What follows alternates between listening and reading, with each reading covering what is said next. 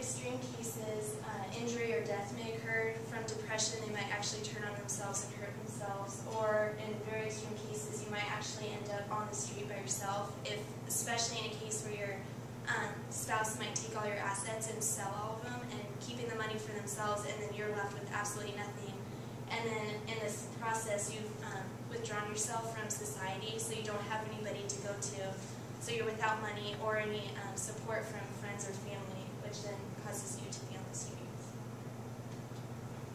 An even more rare, or another abuse that not very many people have heard of is spiritual or religious abuse. And this is when the spouse manipulates the other spouse and makes them feel bad or like less of a person for having some certain religious view.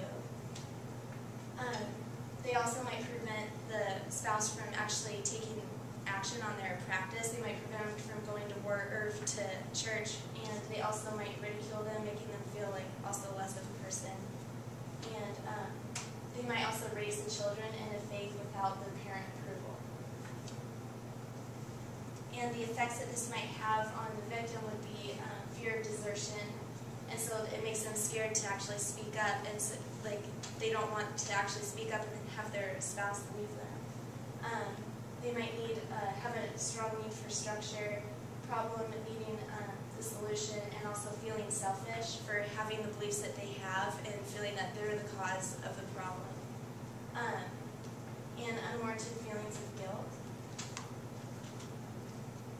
Some of the major factors missing in the relationship are honesty and trust. So the abused spouse might be afraid of actually disclosing personal information to the other one because they might feel that in the end they would be manipulated by performing self-disclosure.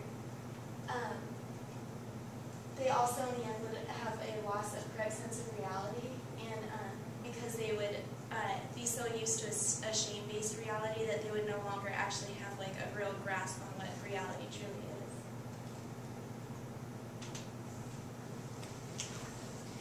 Okay, cyberstalking, it's the use of the internet or any other mode of technical communication to threaten or harass somebody. It's hard to cover cyberstalking because there's not many laws made specifically for it, or at least the new ones that are generally pretty new.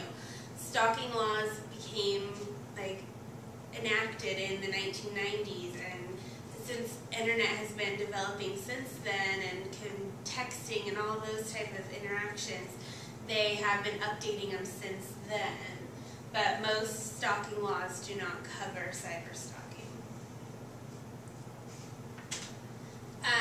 Cyberstalkers will do lots of things. Some of the things that they will do are send threatening or harassing messages repeatedly until it clogs up your mailbox or your messages or whatever you want to call it.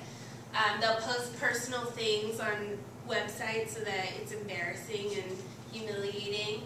Some people can figure out how to take control over your webcam so they can see what you are doing. Other things that they know how to do many times are access your personal information and bug your computers and get in all of your banking information and credit card information that you've put on the internet.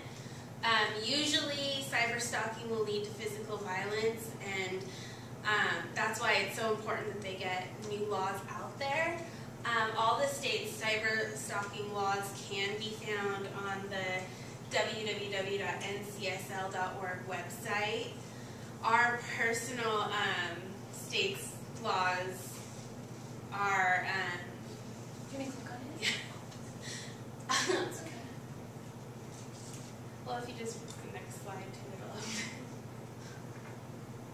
Did you want to look at this? No, if you just click the next slide.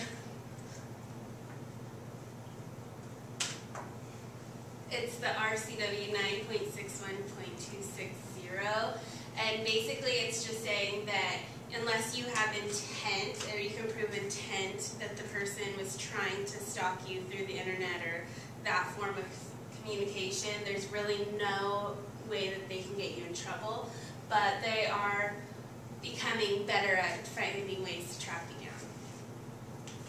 down. The next two things are verbal and nonverbal abuse.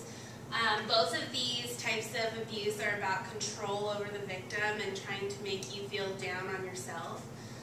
People don't consider verbal and nonverbal abuse because it isn't physical.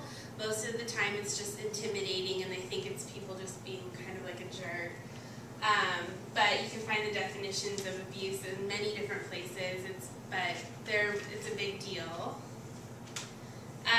With verbal abuse, some of the things that are considered verbal abuse, name calling,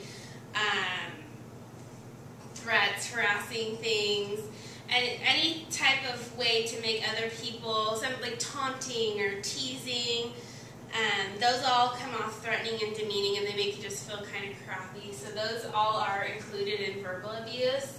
And then nonverbal abuse, it's normally the biggest precursor to physical abuse because you normally do a lot of things like that are intent to scare someone, like destroy someone's property or punch the wall next to them, or just any kind of intimidation method that would make somebody feel scared.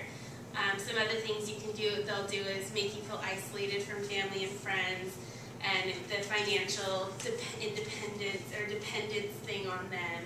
So that's basically nonverbal.